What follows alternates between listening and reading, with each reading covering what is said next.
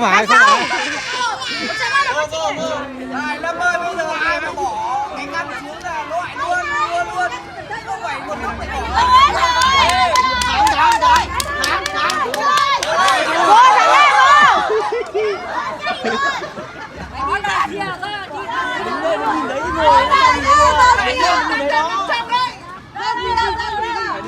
Nhưng mà thằng Bung nó cứ tháo vịt ra này.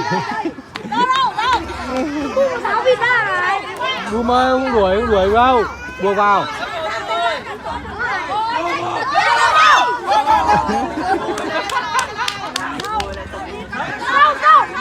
Đâu. Chị Hằng ơi.